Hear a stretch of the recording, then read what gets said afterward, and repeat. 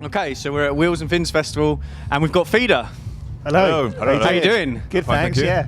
So you just said you got here early to do a bit of a sound check, and Always the professionals. Yeah. Yeah. No, we left London last night at about 11 o'clock, and then drove to be here in time for sound check. Oh, right. It was an interesting sound check. Yeah. I suppose you have to. You're saying that it's your last festival of the season today.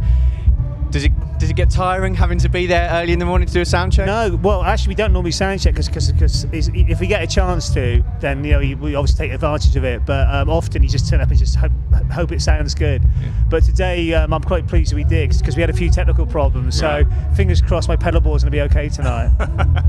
Isn't that right? Hope so. Yeah. Well, we've done a lot of shows, so it's just a wear and tear on the gear, Yeah. But, well, what can we expect from the show? Obviously, when we spoke before in June, you kind of said obviously you have to mould a show for older fans and new fans because you've got such a back catalogue. Yeah. What can we expect? Well, I don't know who's going to be here tonight. It seems like quite a young festival, so I don't know what they're going to know of ours, but it's going to be a good mixture of singles. We do some early stuff from Polythene through to the last album, All About Electric. But I have to say, we've done so many different kind of a festival this summer. Sometimes you just check the audience, what they like. Yeah, Sometimes really, really, family festival. Some are more like a music, a rock festival. Just check, the audience and just change the balance, isn't it? Yeah, we're quite lucky because we've got such a catalogue of music. Some of the albums are a bit heavier, so if we think it's going to go down better doing a few heavier tracks, we sort of throw them in. There's always lots of question marks on the set list. Yeah. Right. Yeah, I'm very. So when you're up there, you might just turn around and go, "We'll do this." Yeah, I'll go. Oh, right. And he's like, whatever. But I'm doing it. But yeah, I mean, because it's hard to know. Even when we've done really heavy festivals before, we think let's do a really heavy set. It doesn't always work because I think at festivals like people want to hear songs they know as well. I remember when we headlined Download Festival once. We came on to do this really heavy set. But it wasn't until we started playing all the singles that the crowd kind of really came on board. So you never quite know. Yeah. Obviously, with the singles, there are so many hits that have gone right up there. So, are you tired of playing them, or is it nostalgia, or where does it lie? No, not really. I mean, we've it's sort of nice to know. Just hear kids like 14-year-olds like singing our songs back. I mean, it's quite amazing, really. Yeah. There's not many bands that have that, and I think we're very lucky that we seem to have this really quite a young following still, or kind of new, that the next generation of Feeder fans coming through. But we've also got the more diehard fans who've been there since the start, and I think it's that's quite that's what we're probably most. That seems like our biggest achievement, really. To have that cross section of people, because it doesn't happen that often. You have the same fans and they sort of stay with you, and that's great. We seem to be getting a lot of newer fans as well. But And you said obviously you're writing at the moment. Is this for? When can we expect this album? Or we were discussing about maybe a couple of different EPs or something. Yeah, I'm not quite sure. I mean, we've been sort of in the week. I've been in the studio and we've been doing some stuff, taxing some bass. We've got about 6 or 7 now finished already and mixed already, so it's going pretty well. But so we're just going to carry on doing that. We're going to China in November for the first time to do some shows as well. So we're going to try and get the album finished hopefully by end of November, and then possibly a release first part of next year if all goes well. Yeah.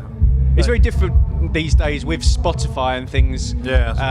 Obviously, creating the package that is the CD or the vinyl and everything. Because sometimes we wondered, do we really need to do make an album? Full album? Because we still have to go through the old school, studio recording and mixing and all those things.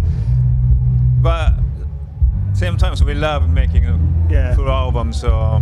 Yeah. I mean, I do like the idea of just putting out EPs every few months, but the only problem with that is it's still, although the CD format is a bit dead, it's still part of the industry, and especially when you play in places like Japan, unless we have an album out, it's very hard to go back there and tour. Yeah. So it's kind of it's a bit of a double-edged sword, really. Unless we just do an album for Japan only, and then just do EPs in the UK. I'm not sure. I think a lot of big bands will.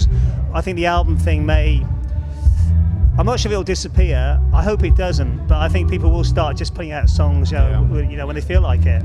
There's no rules anymore. So just from you know, holding Yeah. it in your hand point of view. What do people get you to sign now if they haven't got LPs and EPs and CDs anymore? Oh, all sorts of stuff. I like the way you did that. Yeah, yeah, we signed quite a few things, parts, you know, body parts over the years. No, I mean the CD is still or the album. You know, we do really want vinyl as well. You know, we always do vinyl. That's something which I always want to do, even if we don't do the CD format. And but we do. A lot of our fan base still buy like physical. You know, because with that kind of band from that generation, you know, we're going to carry on doing it for as long as we can, like the whole physical release. But to answer your question, yeah, we do still sign CDs and vinyl, and various body parts. And finally, I mean, you've done so many festivals, not your first rodeo. What is it about festivals that keep you coming back? The whiskey on the rider. Free booze. I don't know. It's such a challenge. Fun, yeah, It's a challenge as well. Because 20 years ago, our main aim was to just get a big festival, you know, Glastonbury, Reading Leeds, or Tina Park. But nowadays, there's so many great small festivals like here today, and it's a challenge because new audience and new people, but it's also fun. Really, we're having really good fun. You know, we've been around for 25 years, but there's still a lot of people that haven't heard of us, or don't know our music, or know that we did that song. So every festival, it's quite, you get a real buzz. It's still quite nerve-wracking because you never quite know what's going to happen. It's not your show, so you never know how it's going to go. But that's what keeps it interesting. It makes it a bit, it can get a little bit edgy sometimes, but. Well, as we get older, the audience generation also changed. But now it's these 90s kids. Now it's dad or mom, and they bring their kids to enjoy it's the become music. a family sort of thing. I think festivals have become a bit more like family orientated now. Even some of the kind of better known ones. But I think it's great. You know, quite healthy. It's great. It's better than watching iPad all day. They do that when they get home.